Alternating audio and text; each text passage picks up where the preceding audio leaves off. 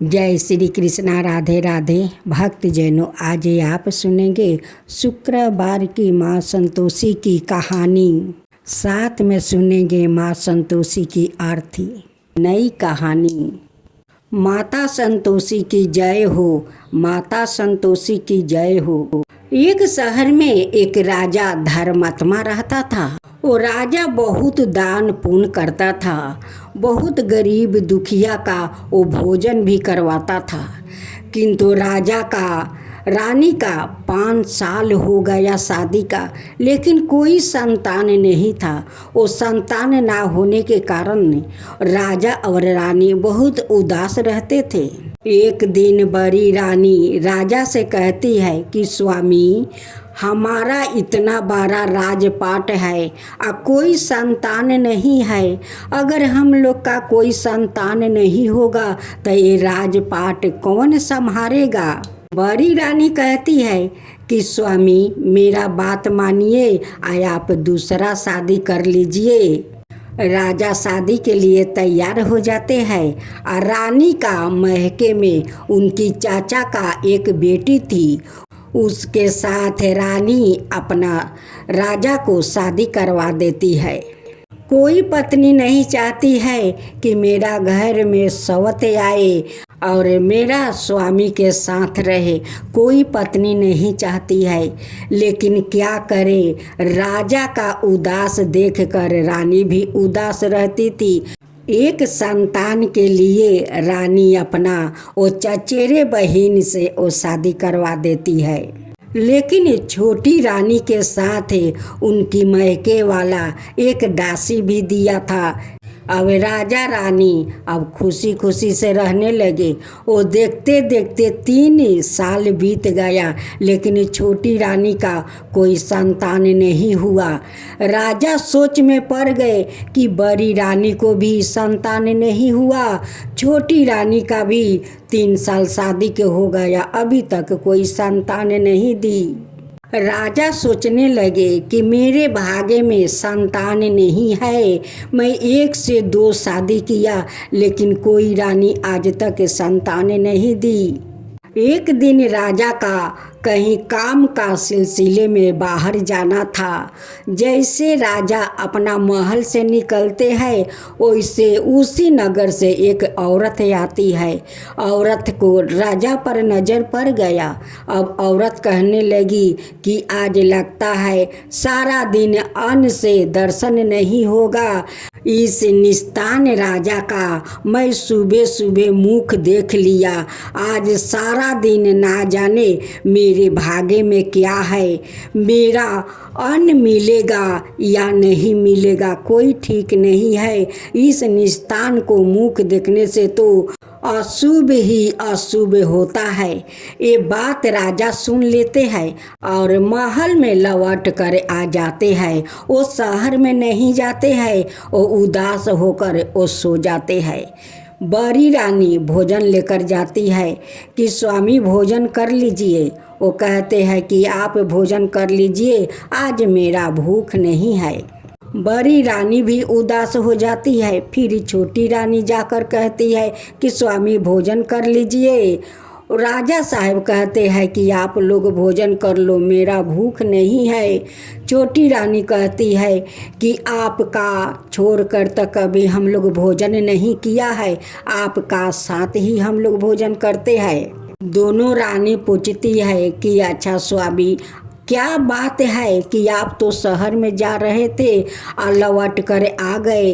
क्या बात है, क्या हुआ है कि आप उदास है, भोजन नहीं कर रहे हैं। तब राजा कहते हैं कि हम निस्तान है, हमारा कोई संतान नहीं है।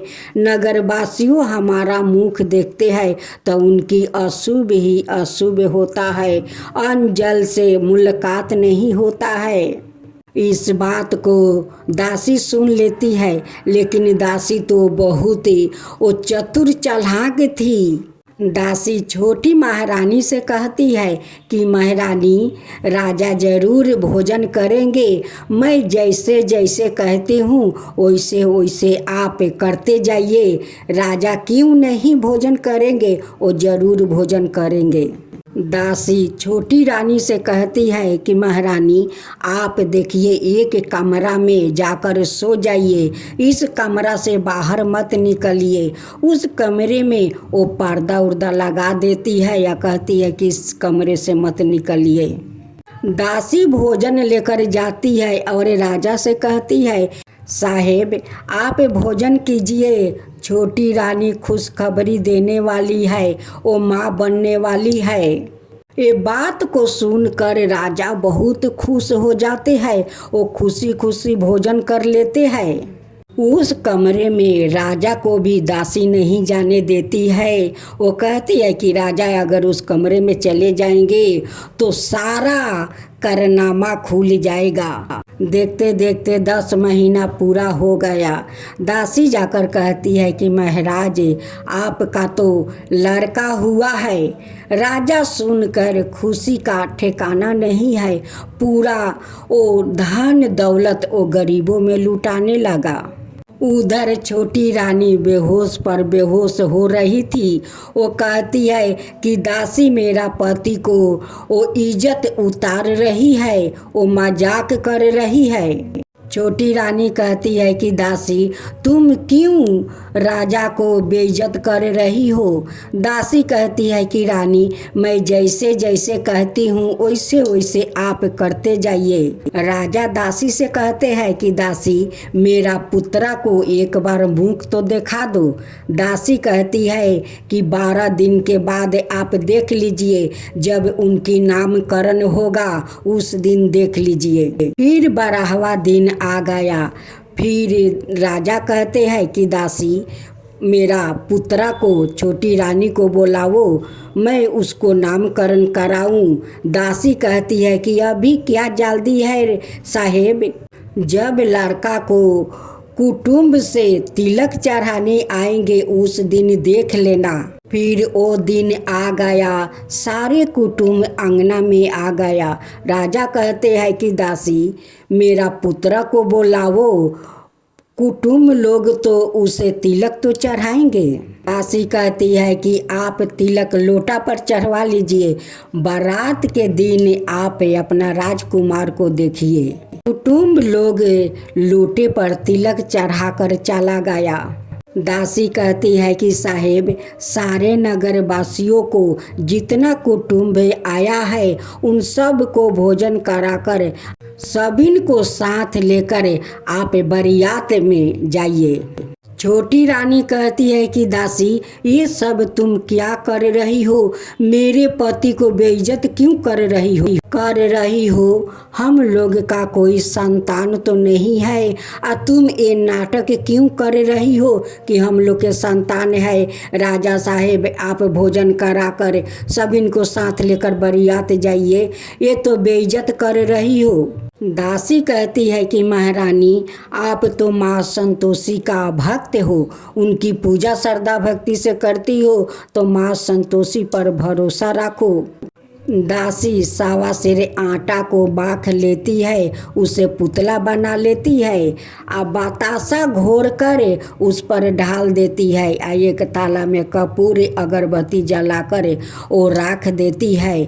डोली और कहार बोलाती है, उसी डोली के अंदर उस पुतला और उस कपूर अगरबत्ती को राख देती है। उस डोली से बहुत सुंदर खुशबू आने लगा।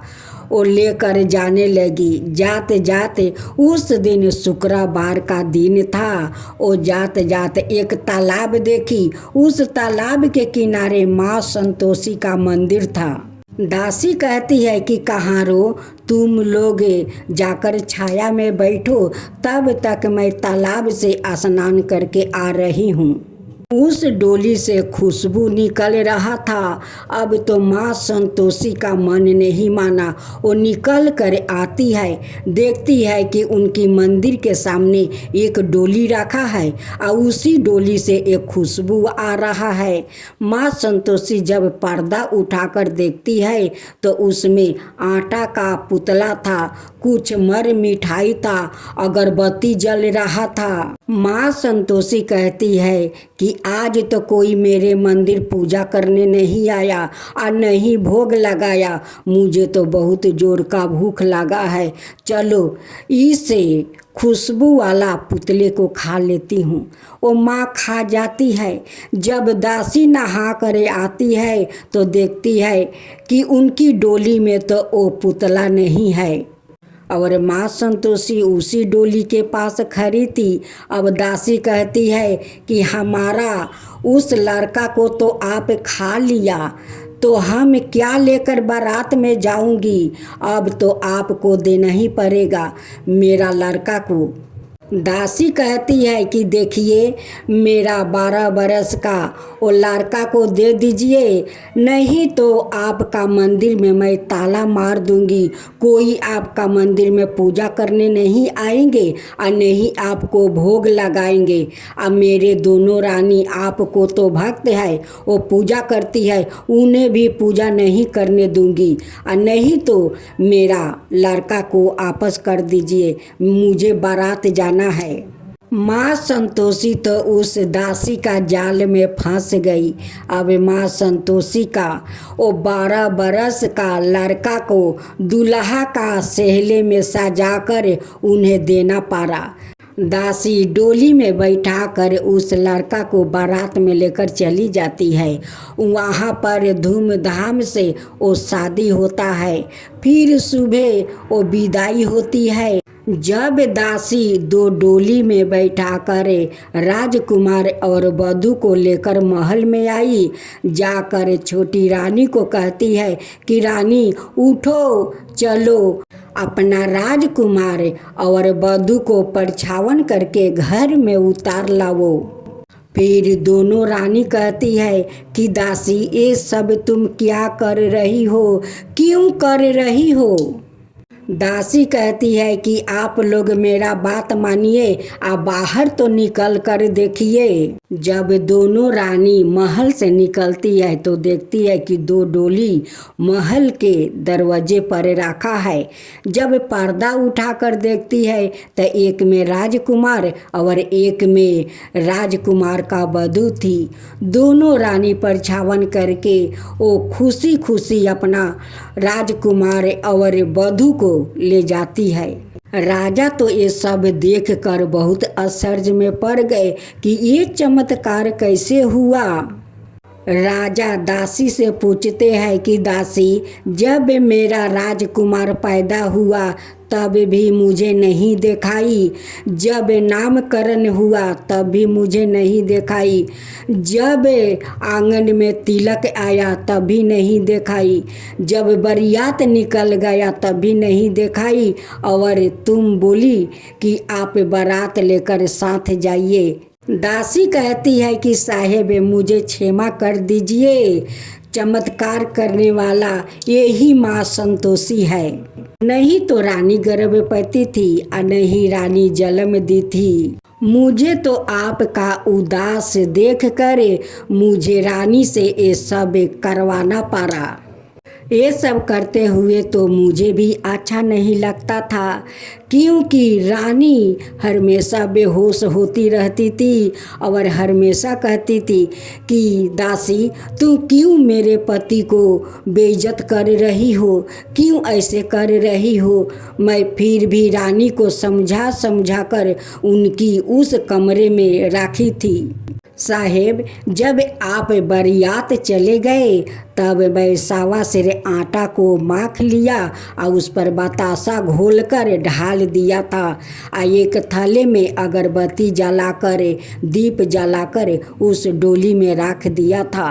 बस जाते जाते माँ संतोषी का मंदिर मिला, वहाँ पर इस डोली को रखवा दिया और मैं तालाब में स्नान करने चली गई। बस माँ संतोषी प्रकट हुई और उस पुतले को भोजन कर गई। वही पर माँ संतोषी खड़ी थी। जब स्नान करके आई, देखी कि उस डोली में पुतला नहीं है, तब मैं बोली माँ संतोषी को कि देखिए, आप मेरा लड़का को दे दीजिए, मुझे बारात जाना है। अगर नहीं देगी तो आपका मंदिर में मैं ताला मार दूंगी। कोई आपका पूजा नहीं करेगा, कोई भोग नहीं लगाएगा, मेरे दोनों रानी आपका पूजा नहीं करेगी। बस माँ संतोषी का दाया आ गई और माँ मुझे दुल्हा सजाकर इस राजकुमार को मुझे दे दिया। मैं बारात में लेकर चला गया। ये सब माँ संतोषी का चमत्कार है। माँ चाहे तो कुछ भी कर सकती है। वो निस्तान को वो संतान दे सकती है, निर्धन को धन दे सकती है, अंधा को नैन दे सकती है, लंगड़ा का पाँव दे सकती है, कुंवारी कन्याओं को वर दे सकती है। वो सब कुछ कर सकती है। वो तो माँ है, वो सबका माँ है। इसलिए तो सभी संसार में उसे माँ संतोषी कहकर बुलाते हैं। तो बोलो माँ संतोषी की जय, माँ संतोषी की जय।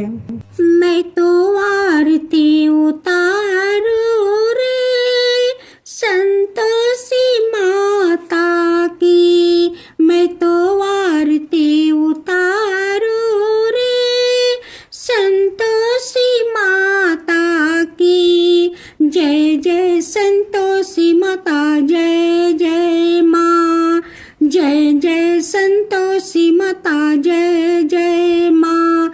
बड़ी ममता है, बड़ा प्यार माँ की आँखों में, बड़ी ममता है, बड़ा प्यार माँ की आँखों में, बड़ी करुणा माया दुलारी माँ की आँखों में, बड़ी करुणा माया दुलारी माँ की आँखों में।